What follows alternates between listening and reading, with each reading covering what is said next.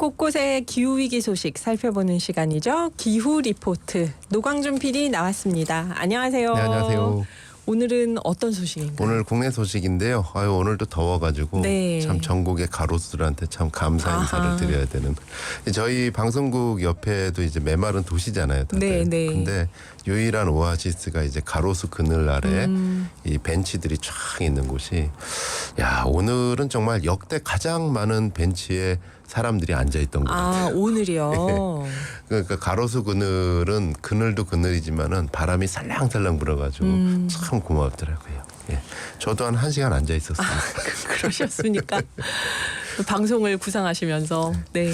자, 오늘은 급식실에 대한 학교 급식실에 대한 이야기 해보도록 하겠습니다. 오늘도 우리 아이들 급식들 맛있게 먹었는지 모르겠는데요. 네. 며칠 전에 경기도의 한 초등학교 담벼락에 현수막 한 장을 봤어요. 요런 문구가 있습니다. 아마 감독님이 사진 띄워주실 것 같은데요. 교육공무원 가로 열고 조리 실무사 수시 모집. 네. 수시 모집이요? 예. 공무원인데? 그러니까 급식실에서 일하는 조리 실무사 선생님들이 이제 뭐랄까 무기계약직 교육공무원이거든요. 네. 수시 모집한다라는 교육청 명의의 구인 공고였어요. 그래서 아니 이거는 더 확대해서 뽑으시려고 이렇게 뽑으시는 건가 아니면 중간에 많이 그만두셔서 수시 모집을 한 걸까 궁금했거든요. 그럴 수도 있겠네요. 찾아봤더니 현황은 이렇습니다. 국회의원 자료실에서 제출받은 자료에 따르면 네. 학교 급식 조리사 퇴직자 중에 이제 정년이 돼서 그만두신 분 빼고 자발적으로 중도에 퇴사한 분이 2020년에 40.2%였는데 2021년에 45.7%로 늘더니 2022년에는 55.8%로 계속 늘고 있다. 그러면 절반 이상이 지금 퇴직을 하시는 거잖아요. 그러니까, 중간에. 예, 그러니까 퇴사자 중에 절반 이상이 중간에 퇴직을 하신 분이다. 왜 이럴까 해서 또 찾아봤더니 더 놀라운 이야기를 들었습니다. 6월이 되면 학교 급식실 온도는 55도까지 치솟습니다. 정말요? 예, 다음 사진 보시면 이 두 번째 사진 한 언론사 보도 사진인데요. 네. 그러니까 급식실 온도가 55도까지 지금 6월인데 어떻게 된 걸까 찾아봤더니 지난달 30일에 급식 노동단체가 서울시 교육청 앞에서 한 기자회견 내용이었습니다. 현수막에 이렇게 적혀져 있었어요. 가면 갈수록 심해지는 더위, 폭염 속에 쓰러질 위기, 폭염 대책 마련하세요. 6월의 급식실 환경은 어떨까 이렇게 찾아봤더니요. 생각에는 막 에어컨 빵빵 틀어줄 것 같은데 그게 아닌가 조리실 보죠. 내부가 덥고 일반적으로 그러니까 네. 열을 많이 가열을 음식 하잖아요. 때문에. 음식을. 습하다. 바닥은 미끄럽다. 더구나 이 고온의 물로 세척할 때 많은 열기도 발생을 하고 그리고 급식 조리사 선생님들은 다 해썹 기준에 따라서 위생복, 위생모를 착용을 해야 되는데 이 더운 여름날에 아무리 에어컨을 틀더라도 이제 튀김에서 열기 올라오고 국에서 열기 올라오고 네, 밥솥에서 네, 네. 열기 올라오고 또 세척하느라 고온에 열을 쓰고 위생복은 통풍이 잘 안 되고 네. 그래서 덥고 습한 여름철에는 습진 등 피부염에 걸릴 가능성이 크다고 하고요. 실제로 노동환경건강연구소가 2017년 서대문구 급식조리사를 대상으로 건강조사를 했는데 1년간 피부 질환을 경험했다라고 응답한 비율이 20.4%였다고 합니다. 덥고 습하고 미끄럽다. 여기에 또 있습니다. 이 아이들이 요즘 또 치킨 또 튀김 요리 엄청 좋아하잖아요. 돈가스. 네. 네. 그래서 튀김 요리 작업을 하는데 조리 노동자들은 튀김하면 고개를 절레절레 한다고 그래요. 가장 어려운 게 튀김이다. 입을 모읍니다. 그래서 어떤 분은 신입 조리사 같은 경우는 하루 종일 이 기름 냄새 때문에 식사를 못할 지경이다라는 거고 또 어떤 분 인터뷰를 보면 기름이 한 200도씨 180도씨 이렇게 넘다 보니까 일하면서 화상을 정말 많이 입는다. 예.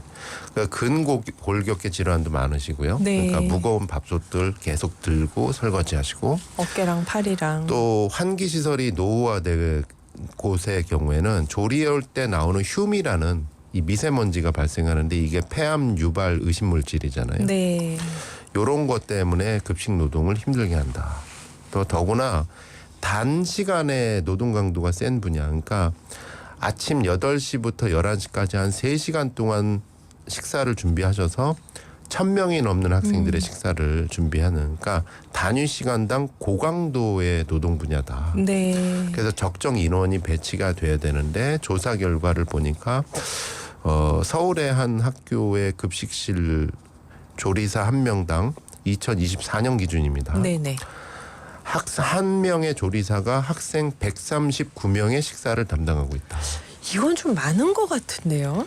실제로 그 비슷한 기관의 공공기관 같은 경우는 뭐 병원 같은 네. 경우도 공공기관이잖아요. 여기 평균이 급식조리사 한 명당 65명입니다. 이 정도에 비해서 한 2배 이상 더 많은 인원을 네. 담당을 하고 있다. 이러다 보니까 입사 6개월 이내 퇴사자 수가 2020년에는 23.8%, 이것도 높았는데 네. 2022년에는 36.3%. 그러니까 10명 중에 한 4명 정도가 6개월 이내 10명이 퇴사하는. 들어오면 4명이 6개월 내에 나가는. 나간다. 그리고 또 뽑는데 채용률은 턱없이 저조하다. 이렇게 되다 보니까 지금 이제 튀김 사진도 아마 내보냈을 것 같은데 다음 사진 한번 보시죠. 이렇게 급식실에 채용률이 떨어지고 중도 퇴사자들이 늘어나니까 이게 결국 부실급식 논란으로 이어집니다. 그럴 수밖에 없겠죠. 다음 사진은 이제 최근에 서초구청 홈페이지에 올라온 민원 사진이거든요. 네네. 국민의 참여 게시판에 4월 29일 날 서초구에 다니는 한 중학생의 학부모께서 부실급식이 심각합니다 민원을 게시하면서 사진을 올리셨어요. 그날 나온 급식 사진. 네. 밥, 국, 순대볶음 이렇게 이제 나오는 거지. 우리나라에서요? 예. 이건 말이 안 되는데. 예, 사진에 지금 아마 띄워주시고 계실 것 같은데요. 요게 이제 온라인으로 퍼지면서 여론이 부글부글 끓었죠. 네. 근데 더 놀라운 사실은 이 논란이 커지니까 이제 해당 학교에서 중학교 교장 선생님이 급식 조리 선생님들을 찾아서 부탁을 했다 그래요. 그러면서 이런 말을 했다고 합니다. 여사님까지 그만두시면 우리 학교 급식실은 완전히 멈춥니다. 우리 좀 살려주세요. 이걸 교장 선생님이 부탁을 했대요. 급식실에 가서요. 네. 그러니까 실제로 이 학교는 어느 정도냐면은 그 공립중학교인데 전교생이 1,000명이 넘는데 네. 조리 실무사 선생님은 2분이었대요. 서초구에 있는 학교가요. 2분이 1,000명의 식사를 담당을 하니 와. 있는 분들도 언제 그만둘까 이렇게 고민을 하게 되는 거죠. 원래 정원은 9분이었는데 네. 계속 퇴사하고 충원은 안 되고. 뭘까요 이게? 그게 더 놀라운 거는 특히 그 강남 4구라고 하잖아요. 강남, 서초, 송파. 강동. 네. 이쪽의 결혼율이 서울시에서 제일 높대요. 아. 제일 많이 그만두고 충원도 잘 안 되고. 여기가 제일 뭔가 대우가 좋을 것 같은데 뜻밖이네요. 네, 그래서 학교 급식 노동자가 가장 많이 부족한 지역이 강남 4구 부자 동네. 왜냐하면 아침 8시 전에 8시부터 준비를 하셔야 되니까 아침 일찍 나오셔야 되니까 네.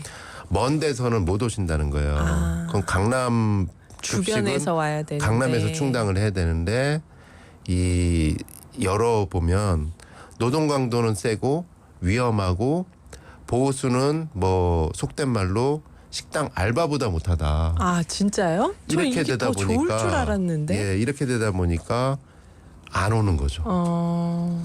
그래서 이거를 그 기사를 그대로 읽어볼게요. 중앙일보 올해 5월 13일자 기사입니다. 이게 네. 부실급식 논란이 계속 일파만파 퍼지니까 기자님이 취재를 하셔서 이렇게 됐어요. 월급은 식당 알바보다 못한 수준이다. 조리 실무사의 기본급은 최저임금보다 낮은 198만 6천 원. 오. 더구나 방학 기간에는 급식실이 문을 닫아서 1년 중에 3개월은 무급이다. 이거는 좀 너무 뜻밖인데요. 근데 이제 올리려고 해도 네. 교육 공무원 법상 비슷한 직군을 다 같이 올리지 않는 이상 이 이것만 직군만 올릴 수는 올리기가 없으니까. 힘들다. 아. 그래서 월급은 월급대로 안 오르고 노동 강도는 세고 네. 그러면 유일하게 원하는 게 이제 환경을 좀 환기라도 제대로 하게 네, 해주세요. 네. 또는 튀김 메뉴를 너무 많이 넣지 말아주세요라고 하는데 그마저도 잘 얘기가 안 되는. 그리고 이제 올해 같은 폭염, 계속 폭염은 심해지는데 급식실 조리 환경 온도는 계속 올라가는 거. 근데 제가 그 조리 온도는 좀 궁금한 게요. 이 뜨거운 거 사용하는 건 다른 요리도 마찬가지일 텐데 다른 호텔이나 레스토랑 같은 조리실도 위생복 입고 위생모 쓸 것 같거든요. 네. 이 뭔가 뭐 때문에 학교 급식실이 유난히 더 이런지 원인이 좀 있을 것 특히 같아요. 지하에 있는데도 환기도 안 되는 노후 시설도 있고 네. 여러 가지 시설 개선의 문제가 계속 끊임없이 제기가 됐는데 교육청에서는 계속 예산 부족. 이 부분 얘기가 되고 쌓이다가 결국 이런 문제가 나오고요. 네. 눈에 띄는 거는 서울시 교육청에서 그래서 대안으로 내세운 게 로봇 급식 로봇을 급식 제안을 했어요. 로봇이요? 예, 사진 한번 띄워드리겠습니다. 이렇게 이 로봇 팔, 무쇠 로봇 팔이 등장을 해가지고 얘가 튀김으로 튀기기도 하고 네. 볶음 요리에 투입되기도 하고 국탕 로봇은 이제 국을 젓고 막 이렇습니다. 네, 네. 그러니까 이론적으로는 그러면 뭐 미세먼지 발생이나 아니면 그 근골격계 질환의 원인으로 된 위험한 조리 작업을 로봇한테 대신 맡기면 어떨까? 이래가지고 한 학교에 시범 투입이 됐었대요. 네. 근데 이제 급식 어땠을까요? 노조에서는 이게 한 대 관리 비용이 1년에 3천만 원이 넘는데 차라리 그러면 진짜 더구나 복잡한 요리에는 적용하기 힘들고 요리 현장이 또 굉장히 복잡하잖아요. 맞아요. 차라리 조리 실무사 채용이 가장 효율적인데 예. 조리 실무사들이 안 오는 근본 원인부터 해결해 주세요. 라는 것이 현장의 목소리입니다. 로봇을 써도 그 로봇을 누군가 운영을 해야 되니까.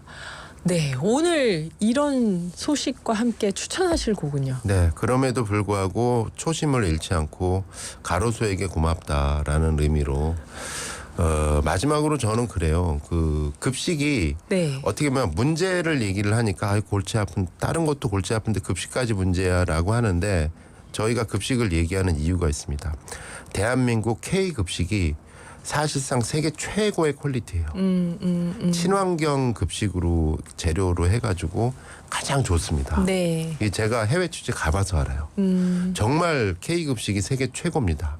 여기까지 올라온 거에는 말없는 급식 노동 어머님들의 역할이 굉장히 컸기 때문에 이분들의 일터 환경 개선이 이 더운 날씨 속에 꼭 필요해 보인다라는 거 마지막으로 말씀을 드리고 어제 띄워드리지 못했던 편안한 노래 아이유의 반편지 추천드립니다. 네, 감사합니다. 노광준 PD였습니다.